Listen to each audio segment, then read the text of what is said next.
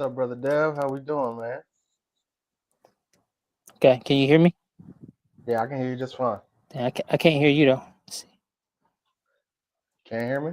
I hear you now. Okay, good, good, good. How we doing, brother Dev? We doing good, man. How you doing, brother? I'm all good, man. I'm happy we could get back together to do this. It's been a minute, man. Yeah, man. It's been a minute. Life been happening. We got our own work and stuff to focus on. In the meantime, in between time. Yeah, that's all. Glad we can get the time to do this because life be lifing, and I know life is lifing right now because shit, life is lifing everywhere. It is. It's evident too, because everybody's talking about it.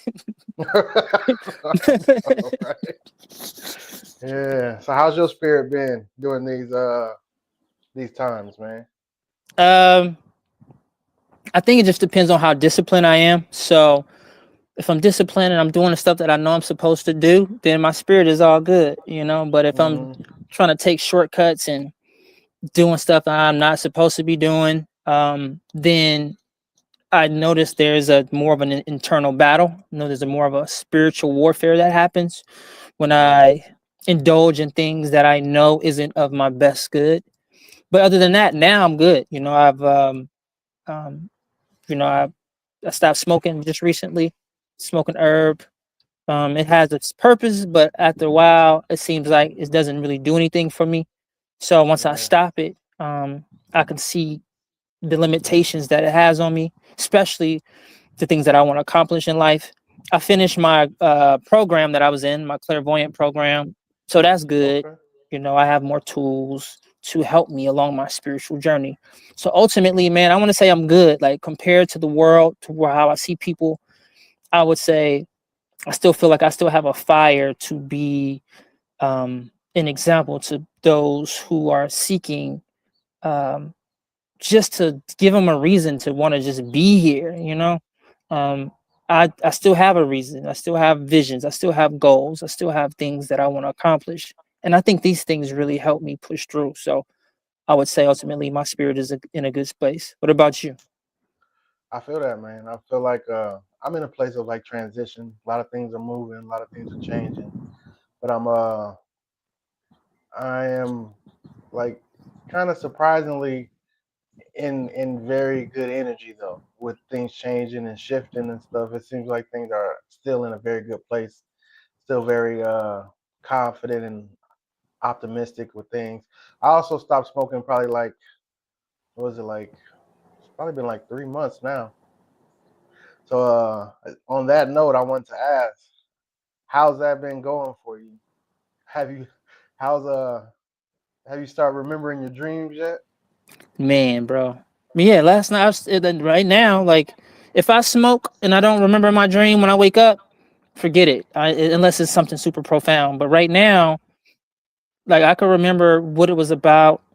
It was like a theme. Because normally before I go to bed, I normally try to go to sleep with an intention. Hmm. Um, but man, bro, like it hasn't even been a week yet. But I know come 2 weeks, 3 weeks, my dreams are so profound. They're Yeah. very profound, man. It's a big I find difference. myself like Mhm. excited to go to sleep now, man. Like because my dreams be so in depth and like it be an actual just so much going on. Like when before it was like, man, I have been smoking for so many years. It's like I would have dreams, but they would be so muted and so like dimmed down. Like I wouldn't remember them in the morning, or it wouldn't be very profound. But like now, I'm excited to go to sleep and into that realm. Mhm. That Yeah. astral realm. It's it's a beautiful thing, man. Like I I think we a lot of people have the ability to dream and get messages through their dreams. These messages are profound. I know I've talked to people that have dreams and they may, they'll see what they dreamed about come to manifest. So Hmm. to me, that lets me know that people all over are spiritually gifted or connected. We just indulge in so many things that disconnects us. And I believe I get more rest when I don't smoke. I feel like For I'm more sure. rested because it's more of a deeper sleep. It's more of a theme versus like random stuff happening, like stuff that just don't make no sense Yeah, it's like versus an being in a actual. dream. Sometimes I Yeah, wake up on my, because when you dreaming, you still, it's like you still making conscious decisions. So, right. sometimes I have dreams and I wake up like, damn, I could have did that differently. Like I didn't have to be fearful of that. And there's sometimes when I have dreams and I do some things and I'm glad it was a dream, but I'm proud that I handled it the way I handled it. Like, okay, I Yeah. see the connection. And I would say the same thing. Like now I can realize in my dreams, I'm actually controlling my dreams. I'm making those decisions.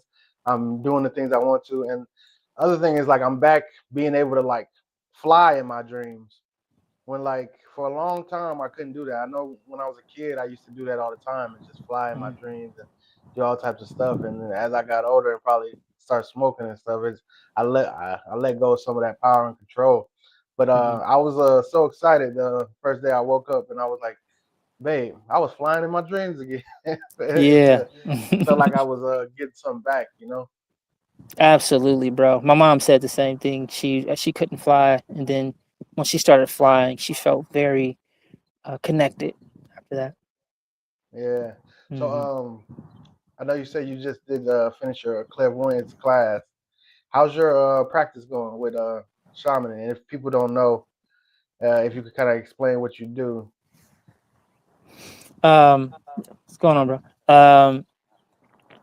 As a shamanic practitioner, I try to be very careful of the actual shaman, because there's a lot of different type of shamans. But I would say I'm a shamanic practitioner, and what makes me a shamanic practitioner is because I follow shamanism and I use shamanic tools to help me along my spiritual journey, right? And of course, there's people who call me shaman because I help them, but I try not to let it get to my head because I know some real shamans.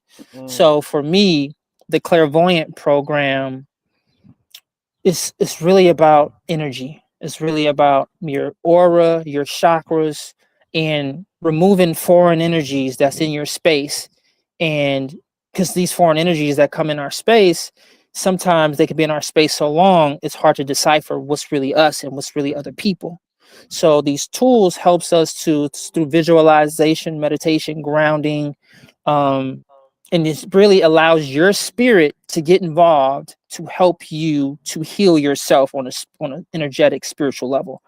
Now, this clairvoyant program, it isn't necessarily like packaged as shamanism, but once I started doing it, I started to see, oh, this is like shamanism. Because mm, shamanism, like if you go to a traditional shaman, let's say one in the Amazon, a lot of them focus on soul retrieval, right? When they trying to help you, their main goal is to help you from a spiritual perspective. So if you're dealing with something, you got mental illness, they're looking at it, no, you got spiritual illness that's mm, affecting your mental illness. So we're going to mm, focus on what's going on with you spiritually.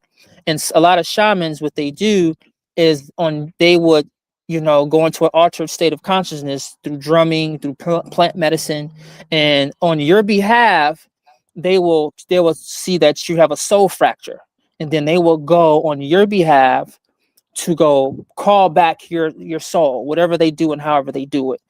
In my teaching, in my course, it's really, they don't put it this way, but it's really you becoming your own shaman because you learn how to call back your soul from mm. your childhood, from your traumas. Because the thing about my main thing is spiritual warfare, right? So when you go through something traumatic, when you go through something painful, a lot of times a part of you, your part of your soul leaves, and which leaves room in your aura or your space, and which means there's other things that can get that can fill that in. So what we do is we learn how to make sure that whatever's in our space, if it doesn't belong there, we have tools to clear it and bring in more of ourselves so that we're dealing with our divine essence. We're connecting with our higher self, and we have that inner guidance to help us navigate the world that we live in. Right now, but that's a beautiful thing right there.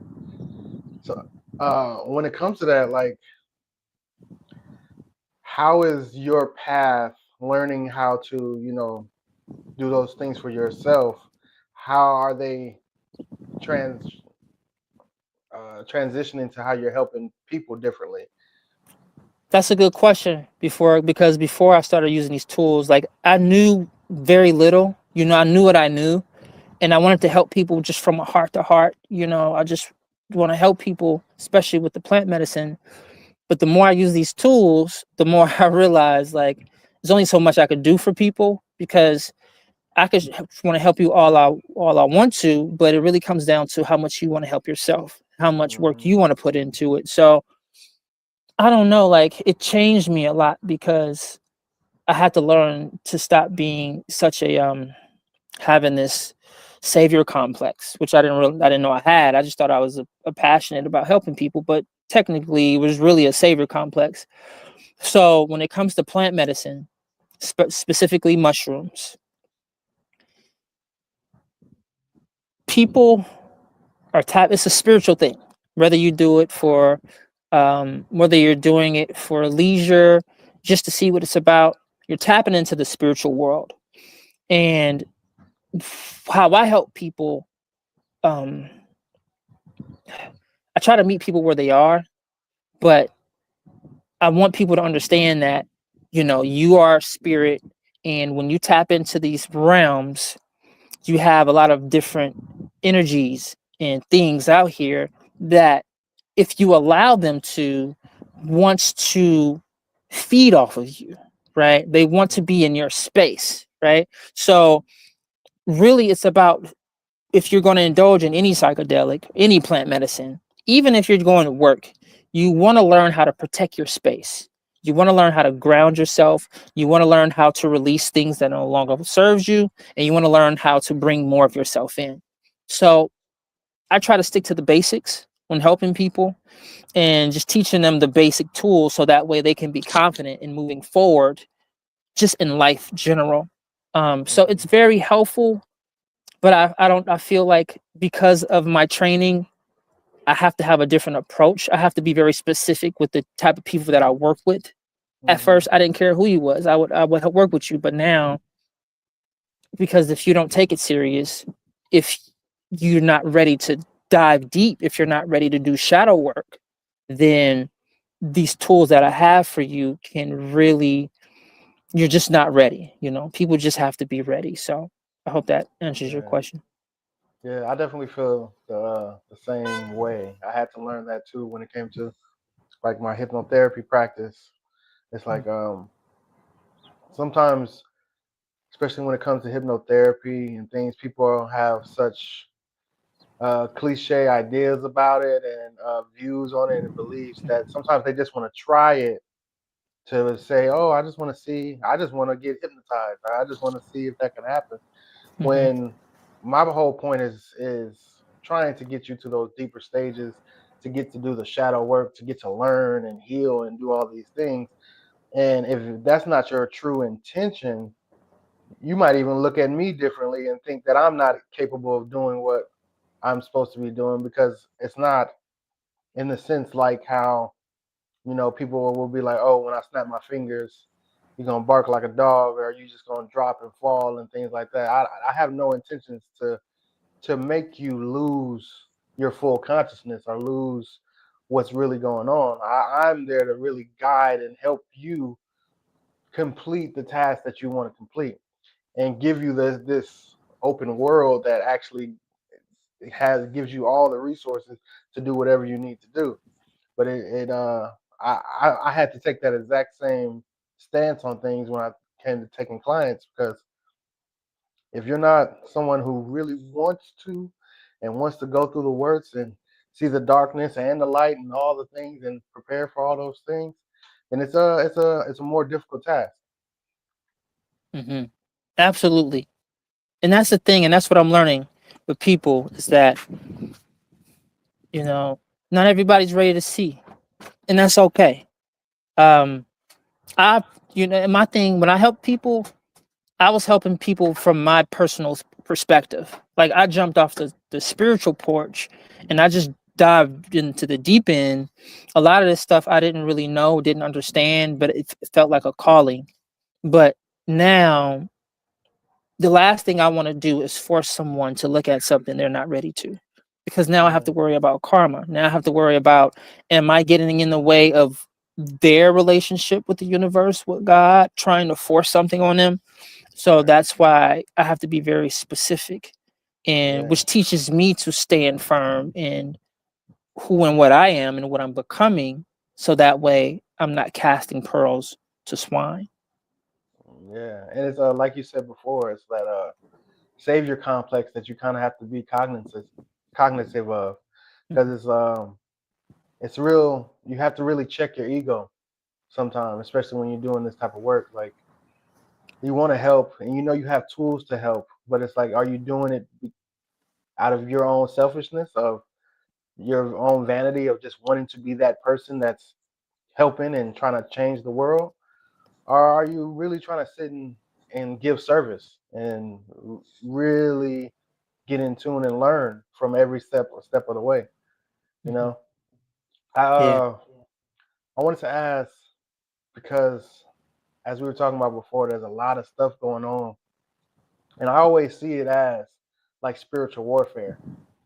And you brought that up a little bit earlier, so I wondered if how do you see what's going on at spiritual warfare, or if you do at all? Oh yeah, absolutely. I see everything. Um, I think because that's what keeps me grounded. Because there's a lot of stuff going on, and we may be looking at the person, like pointing at the person, like this person is whatever that this, you know. But when you look at it as spiritual warfare, you may realize that, oh, it's beyond this person. This person is Yeah, just a puppet. This person is yeah, just playing their part. So on an individual level, anytime you're dealing with fear, you're dealing with spiritual warfare. Anytime you're dealing mm, with any mental illness, to me, it's spiritual warfare. Um, because you have spiritual things that feed off of that. Anytime you have any low vibrational um, feelings or limitations, this is spiritual warfare. Because if you decide to break free from all of this, if you decide to heal all of this, then you're no longer palatable, or you no longer exist on a frequency or vibration that these lower vibrational forces can feed off of you. So when it comes to spiritual warfare, it's about what's feeding off of you, and are you aware that they're feeding off of you? right, um and it can be so simple, but it requires, and here's the thing too, now when you get into this, it's an everyday thing. You can't just, like, you can do it on a weekend and then live your regular life, but when you really get into it, you start to notice everything. You start to notice all the people that are around you, your conversations, your relationships, your promises. And it's, oh man, it's kind of, it's like, it feels like it's like going through a door that you can no longer. It's like when you wake up spiritually. If someone goes through a spiritual awakening, you know you can't unsee what you see. You can try and be normal, but now it's like your spirit is involved. Now your inner guidance, your higher self is, because with your higher self and your spiritual, I want to say your spiritual team, your spiritual assistants, regardless of what you believe, they want to help you be the best you. So mm, once you decide to, okay, I'm going to dedicate my time and my effort into seeing the things that are right in front of me that I'm afraid to see, then it can get, how can I say, very uncomfortable. It can be very uncomfortable seeing the truth. So, mm, but the last thing, when we talk about spiritual warfare, we're talking about malevolence and benevolence, right? Things that are for you and things that are against you. So mm, if the less you see, the more the things that are against you can influence you and can keep you there. You know what I mean? mm, So when I look at this in everywhere, if I see the people and I see the world and I see where everybody are, you know how I see people are. You have rage baiting. You have content that is constantly keeping people in anger. You have content that's keeping people in fear. That's giving people like there's no hope. I see these things as all spiritual warfare, because if there is a spiritual warfare, I see it as a pyramid. I see it as levels. You have the pawns in the spiritual warfare, but you have the Mm-hmm. horses, you have the rooks, you have the, and you have this, you have to, I guess you have to know who and what you are. And Mm-hmm. I try to be, I don't talk about this often. So that's why sometimes I get to a place where I'm trying to make sure that I am funneling it in a way that is understandable. But essentially, if you are ready to better your life, if you're ready to become the best version of yourself, you are going to have to be mindful of the spiritual warfare that's going on and how it's affecting you and Mm-hmm. what it's going to take for you to rise above it. And that's what I'll say, and I'll leave it with that. So when you're dealing with spiritual warfare, any problems that you're having in your life, consider it a frequency, consider it a vibration. Your job is to rise above that. And that may mean you may have to make some changes in your life. And a lot of times you will have to make some difficult changes to rise above the spiritual warfare. If you can just vibrate high, and that sounds easier said than done, but if you just focus on vibrating high, you will be able to um, dismiss or um, stay out of the way of all the things that the spiritual warfare, the snares, the tools, the tricks, the tricksters, the um, the tools that they're using to keep you there. So that's really how I look at it. In this, I'm saying it in a simple way, but it requires sacrifice. It requires you to really dedicate your life to Yeah. wanting to, get ahead of this spiritual warfare. Yeah. I really like the metaphor you use, like kind of like chess.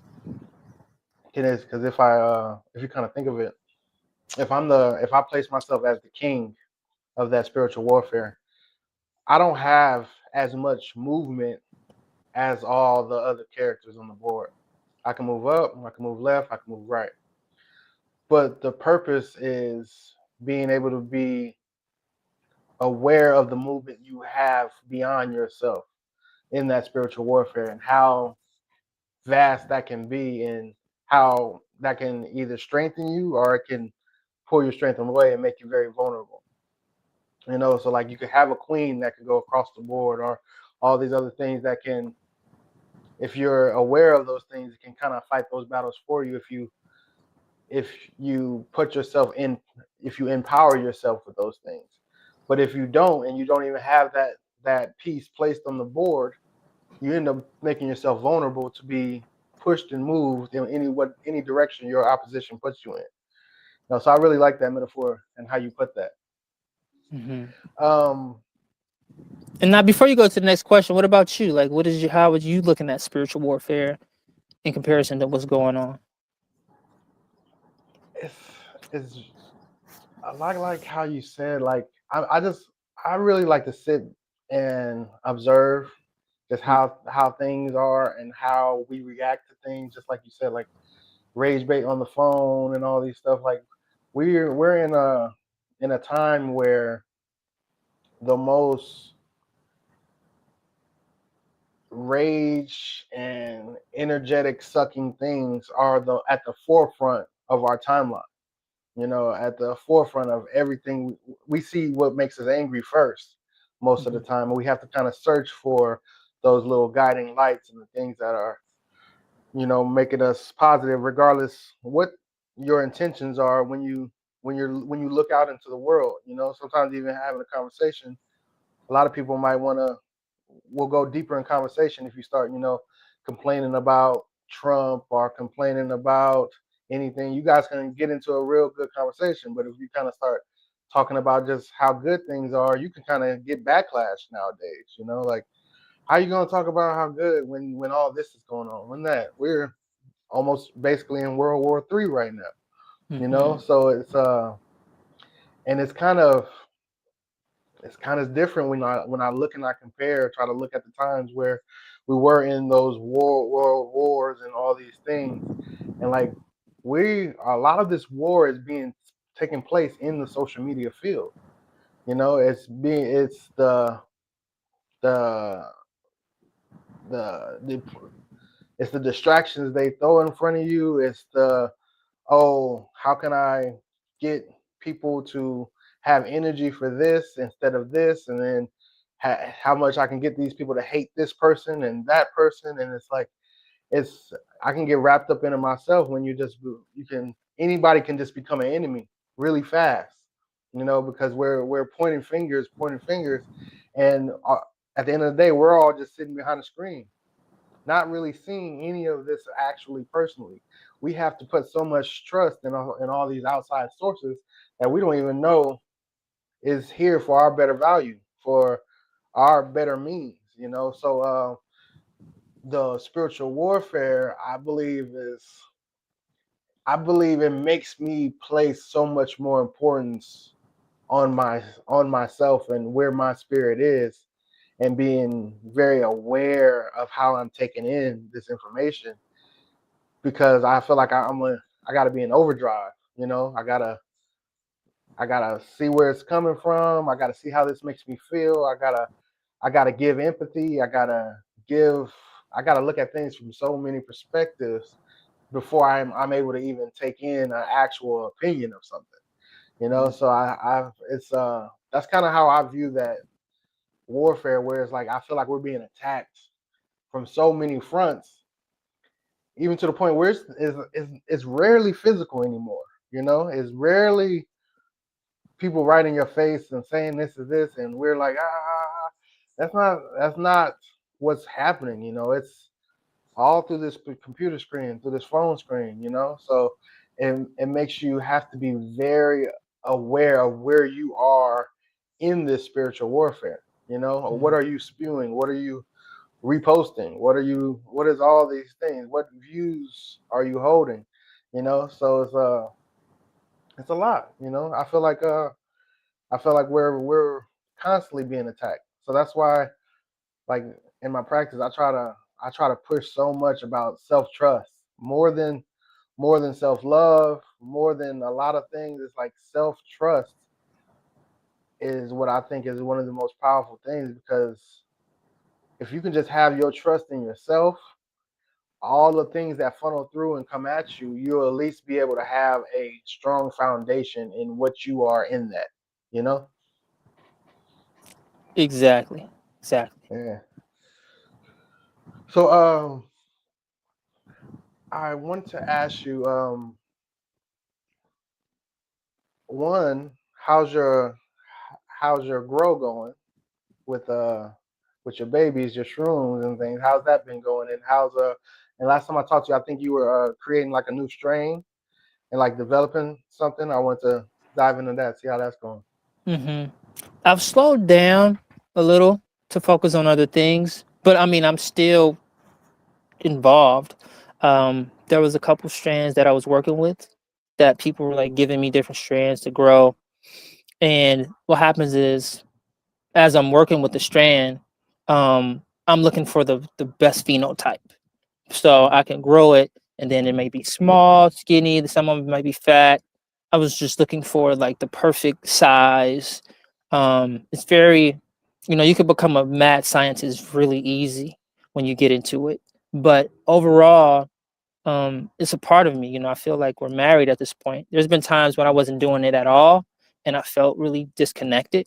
So even if I'm not doing it like 24/7, like what we would call where you're cultivating, and there's a process. So you have the beginning, you know, the lab work, and then you have to um, make sure that that's clean. Then you take it to the next phase, and the next phase, and then you get to a point where you have to harvest. Each phase is very specific. You want to make sure that you're taking precautionary measures and you're not having any contamination. So I would say overall, when people call me and they have questions, it's by default, I'm going to help them and assist them. But lately, I've been focusing more on just how to take things to the next levels, because you got all these different laws, you have all these different um, rules, decriminalization, and you have different places like a lot of them here in California, Oakland, Arcata, California, Santa Cruz, San Francisco, and I've just really been focusing on, because once I start cultivating, that's really all I focus on. Like I could stay doing that, and it's like I come out for air, and the world has changed so much, and because I love it that much. But where I'm at now is just figuring out, okay, well, what's the next step? What do I focus on? Okay, let me focus on how do I bring this, what I do, to not just a specific demographic, because I've just mostly been focusing on my people. I feel like I've dedicated so much time to my community. It's time to branch out more. And that's kind of where I've been at recently. But, I'm always down to talk about the process of cultivating.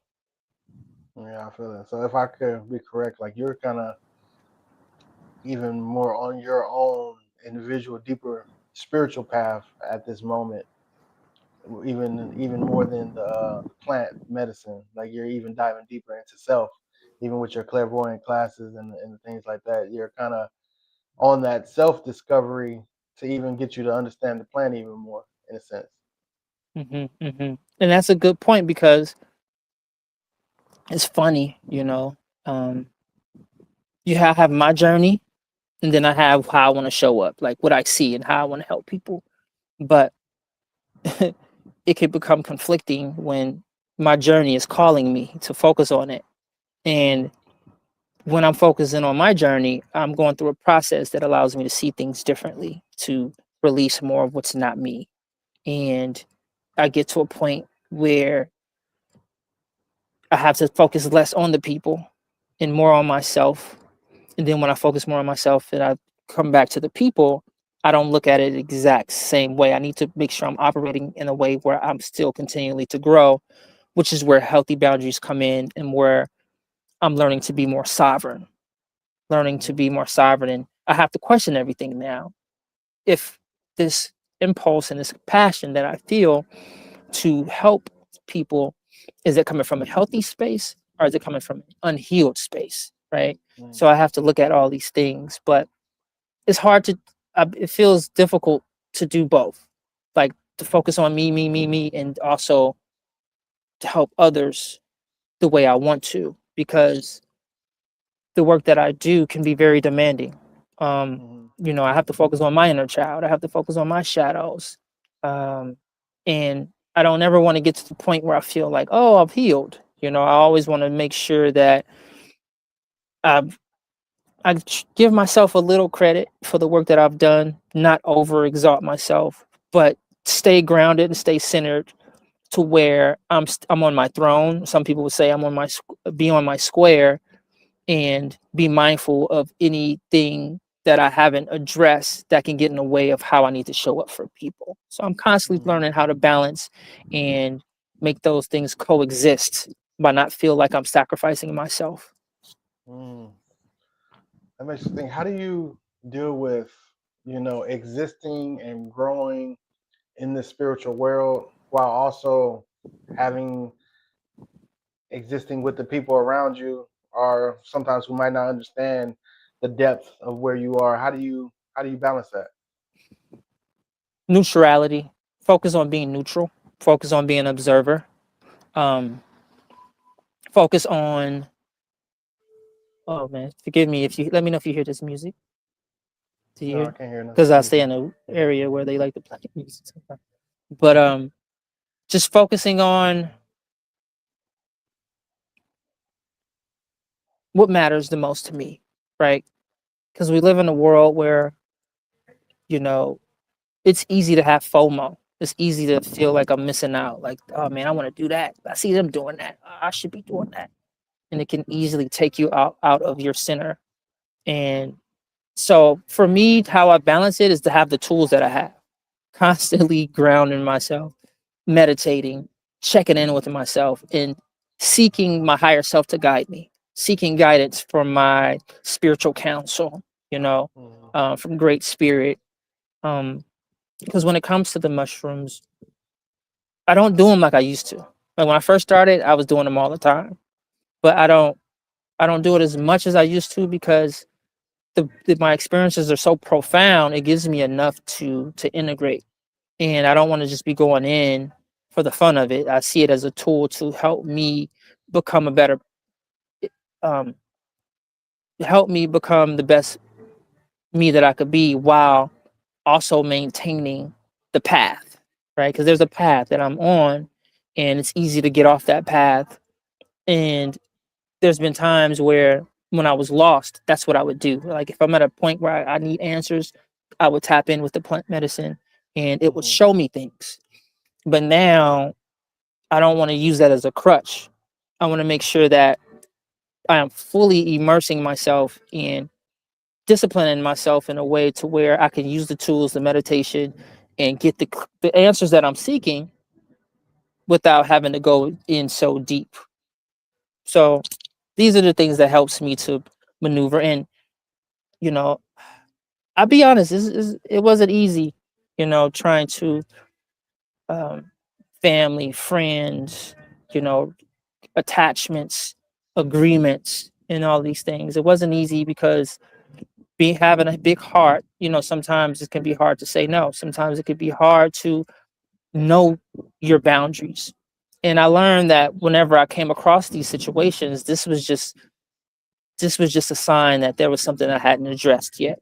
So once I address it, the more I, you know, um, attempt to, um, I want to say heal, but to clear what isn't of my higher self, then it becomes easier for me to see, okay, this is not nothing that I need to focus on. Even though I love these people and I care for these people, but I've also learned that I can get in the way of what they need to learn and what they need to figure out for themselves by being there for them all the time.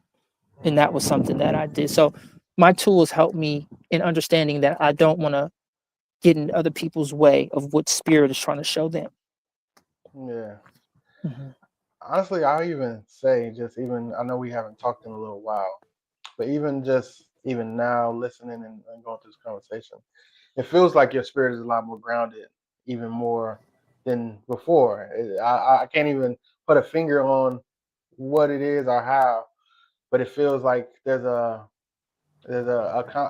strong confidence in your voice and vocal tone that is a lot more apparent, now. So just to put that out there, I'm proud of your journey and your growth, man. Because maybe haven't talked in some months or something, but you're growing out there, man. Appreciate it, bro. Yeah, yeah, it's definitely more grounded. I had a lot of before. How can I explain it? Divine energy, right? If you're going to work with energy, if you're going to work with high vibrational energy, you have to learn how to ground it. And there was so much that I needed to learn. Um, so I appreciate you for pointing that out, because that's something that I used to think about too. I used to think about our conversations and how I showed up. So, being mindful of that, wanting to make sure that it's not about how much I know. It's not about um, trying to be anything. It's not really about trying, really. It's about just showing up and being grounded. And that's probably the biggest thing I had to learn out of all of this. That's probably the most important tool that I use is grounding myself. So I appreciate you for seeing that. Oh yeah, man. I think that's one of my. I would like to own it as one of my gifts. I feel like I get to see people. I can feel energy very sensitively. I listen to people's voices and how they're moving and everything. And it's and I know we're in a crazy time, but it's like I get so proud of people who I come in contact with, because it's in this whole spiritual warfare. It's like the warriors that it's breeding, that it's creating, are extremely powerful. Like it's turning us into these beautiful versions of human beings that are, so deep, so empathetic, so wise, and also not like arrogant in the work. You know, for a long time I would look and try to find people in this type of thing, and it's like it would be this like little filter of arrogance where it's like you got stuff all together, and it's like there's no such thing. It's we're all figuring stuff out. So that's why I appreciate having conversations with people like you, and being able to look inside what it's like doing this type of work. Like, it's not all just flowers and rainbows.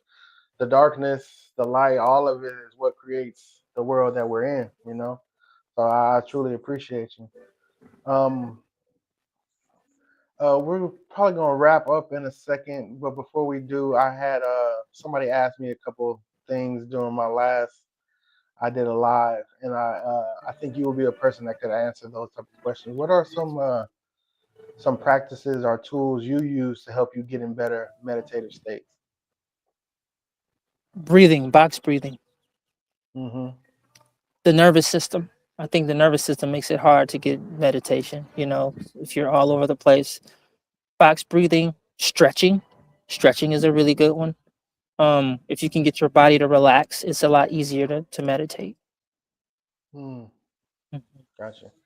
Well, I appreciate you so much, man, and I hope we can do this even a lot more because there's a lot of stuff I'm sure we can dive into.